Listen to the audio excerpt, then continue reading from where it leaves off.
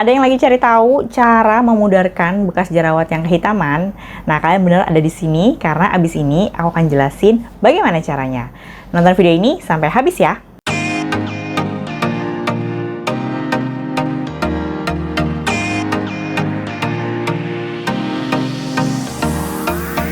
Halo semuanya, ketemu lagi dengan aku Lia. Ngomongin soal bekas jerawat yang kehitaman khususnya, ini adalah area aku banget. Karena aku tuh setiap bulan ya pasti jerawatan, terutama daerah sini nih, pipi di sini nih, di rahang, terus juga dagu. Kalau aku sih curiganya ini aku punya tipe jerawat hormonal, jadi mau menstruasi tuh biasanya ya dia muncul semuanya keluar. Jadi ya aku udah biasa. Terus ditambah lagi aku tuh pasti ada bekasnya sih kalau jerawat, tapi tergantung ya. Kalau misalnya nggak dipencet-pencet, tetap ada bekas jerawatnya, cuman dia lebih warnanya tuh lebih samar gitu.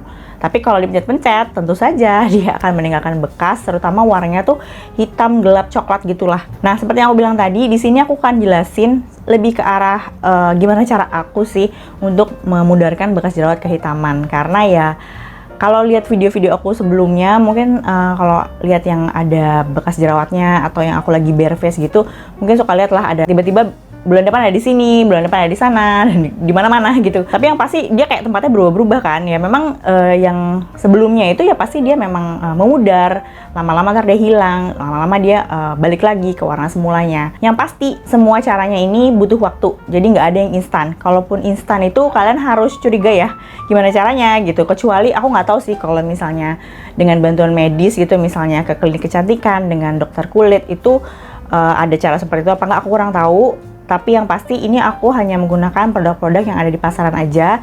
Jadi udah pasti ada BPOM-nya, terus juga ya aman lah ya untuk kita gunakan untuk pemakaian sehari-hari tanpa prescription dari dokter. Oke, jangan lama-lama. Aku akan jelasin. Yang pertama, biasanya untuk memudarkan bekas jerawat yang kehitaman itu, aku pasti harus cari skincare atau produk skincare yang mempunyai kandungan manfaat brightening dalam produknya. Jadi biasanya kan kita suka lihat ya kalau misalnya dari produk itu suka ada klaim-klaimnya. Dia bisa mencerahkan wajah apa enggak, mencerahkan kulit apa enggak. Terus juga dia pasti akan kasih tahu ingredients aktifnya itu apa. Kandungan yang biasa aku pakai itu salah satunya adalah niacinamide. Nah, ini juga termasuk yang waktu itu sempat populer gitu karena memang kandungannya dia tidak hanya brightening aja ya, tapi juga macam-macam. Nah, ini kalian bisa cobain. Atau juga waktu zaman-zaman dulu aku juga suka cari yang kandungannya kayak vitamin C, terus juga misalnya licorice. Atau nih kalau misalnya teman-teman masih belum paham gitu ya, misalnya kandungan-kandungan apa sih yang untuk mencerahkan. Teman-teman lihat aja nanti. Biasanya dari brandnya, dia akan kasih tahu klaim dari produknya apa. Misalnya dia menyebutkan produknya itu bisa untuk brightening gitu kan. Nah, kita lihat aja dia pakai ingredients apa sih, ingredients aktif apa yang dia sebut gitu, sebut atau dia bilang itu sebagai ingredients utama.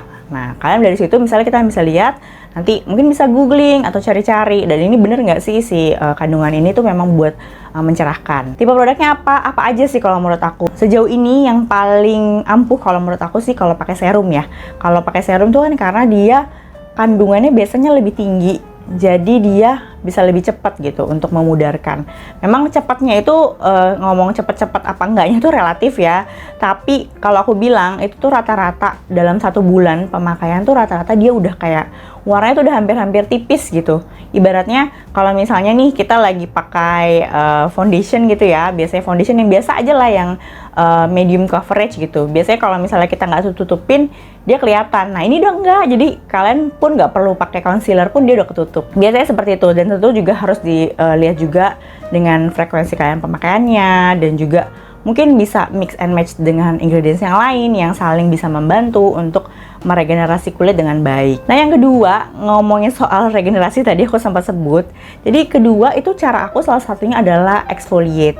Jadi exfoliate itu salah satu cara kita untuk membantu kulit untuk beregenerasi dengan lebih cepat. Karena biasanya kan kulit itu regenerasi alaminya itu sekitar 28 hari kan.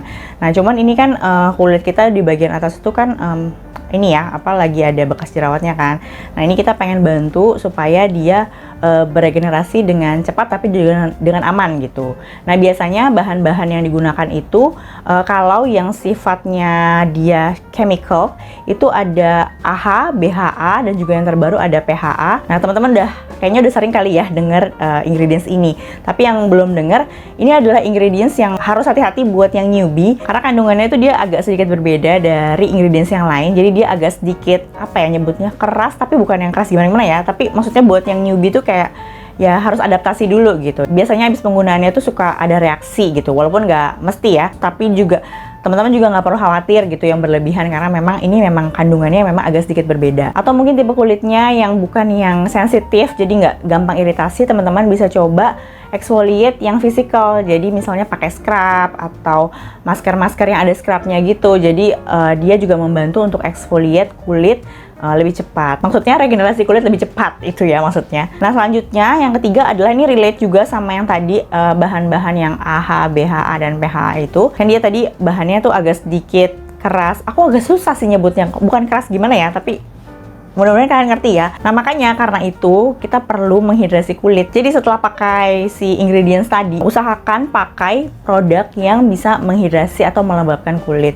Jadi biasanya teman-teman bisa pakai produk-produk yang ada hyaluronic acid atau glycerin atau ya pokoknya yang melembabkan gitu. Makanya biasanya seingat aku ya, setahu aku yang ada bahan kandungan AHA, BHA, dan PHA ini, AHA dan BHA itu sebaiknya digunakan malam hari gitu. Jadi makanya malam hari kan juga kulit kita nggak kena sinar matahari. Terus juga kalau malam hari kan kita istirahat ya kulitnya juga. Jadi dengan penggunaan bahan-bahan yang tepat itu kita bisa bantu untuk kulit tuh menjadi lebih sehat. Yang terakhir biasanya itu aku gunakan adalah SPF. Itu penting banget. Kenapa? Karena cahaya matahari itu tuh yang bikin kulit kita tuh jadi lama gitu loh untuk sembuhnya atau kembalinya ke warna kulit asli kita. Jadi makanya kalau misalnya pas siang hari itu kita wajib banget pakai sunscreen gitu karena memang kulit itu harus dijaga gitu karena tadi kan kita udah pakai produk-produk yang sebagainya itu. Nah, kalau proteksi di siang hari itu adalah menggunakan sunscreen. Kurang lebih sih aku itu aja sih yang biasanya aku lakukan gitu ya. Yang pasti pastikan dulu si bekas jerawat itu benar-benar udah tinggal bekasnya ya. Jangan dia masih kayak ada jerawat aktif terus kamu pakai-pakai yang aneh-aneh gitu. Jangan, pastiin udah benar-benar tinggal bekasnya. Biasanya kalau misalnya suka ada pertanyaan nih, kalau misalnya aku ada jerawat dan juga ada bekas jerawat, mana yang diduluin gitu, ditangani duluan yang mana? Kalau menurut aku ya jerawatnya dulu. Jadi pastiin jerawatnya tuh udah kayak nggak aktif lagi. Jadi habis itu kita bisa fokus untuk pakai produk khusus untuk bekas jerawat. Dan lagi-lagi aku ingetin, ini caranya tuh nggak instan, hasilnya nggak instan. Jadi butuh kesabaran juga. Dan kalau kayak kasus aku yang setiap bulan udah pasti gitu-gitu aja, aku juga udah nggak terlalu yang mikirin banget kan. Tapi yang pasti teman-teman yakin aja, pasti kulit akan kembali seperti semula. Nah, paling itu aja sih yang bisa aku share hari ini tentang bekas jerawat. Semoga bermanfaat ya buat teman-teman. Kalau misalnya ada pengalaman serupa atau juga punya tips yang bisa membantu teman-teman yang lain di luar sana, bisa dong tulis di kolom komentar. Aku bakal senang banget untuk bacanya. Ya, terima kasih buat teman-teman yang udah nonton dari awal sampai akhir. Jangan lupa like, komen, dan subscribe karena di setiap minggunya aku ada video yang baru. Dan kita ketemu lagi di video selanjutnya. Bye!